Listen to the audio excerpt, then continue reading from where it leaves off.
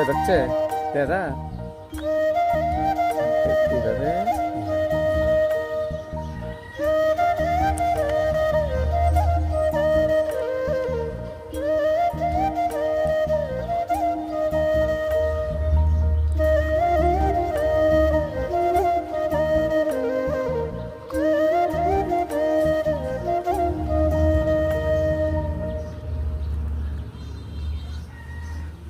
একটা নিচে লাগাও তাতে দেওয়া যায়।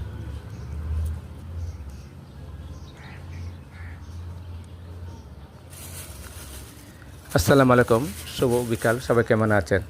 আমি আপনাদের মাঝে একটি টিপস নিয়ে আসলাম। সেটি হলো একটি দেশি আমের চারার সাথে একটি বিদেশি 4 কেজি আমের সায়ন বা ডাল কীভাবে ঝুর কলপ করব।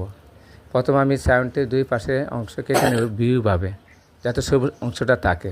তারপর আমি একটি দেশি আমের ডালটির মধ্যস্থানে বরাবর কেটে নেব। কেটানোর অংশটা আমি সায়নটির সাথে দিয়ে দেবো। দেখুন সবুজ অংশ যেটা আছে, যাতে করে সবুজ অংশটা থাকে, এই দুটি পাশ যাতে একসাথে মিশ্রিত হয়।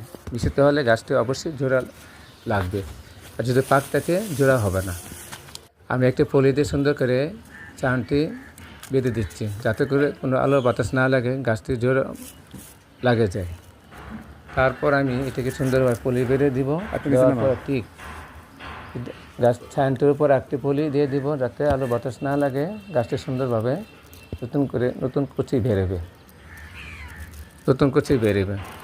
তারপর ঠিক আমি 3 সপ্তাহ পর নতুন কুচি বেরোর পর আমি এটাকে পলিটা খুলে দিব, গাছটি জোড়া হয়ে যাবে।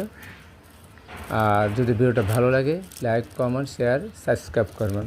নতুন ভিডিও পেতে হলে অবশ্যই সাবস্ক্রাইব করবেন। আপনারা ভালো থাকবেন, সুস্থ থাকবেন। আল্লাহ হাফেজ।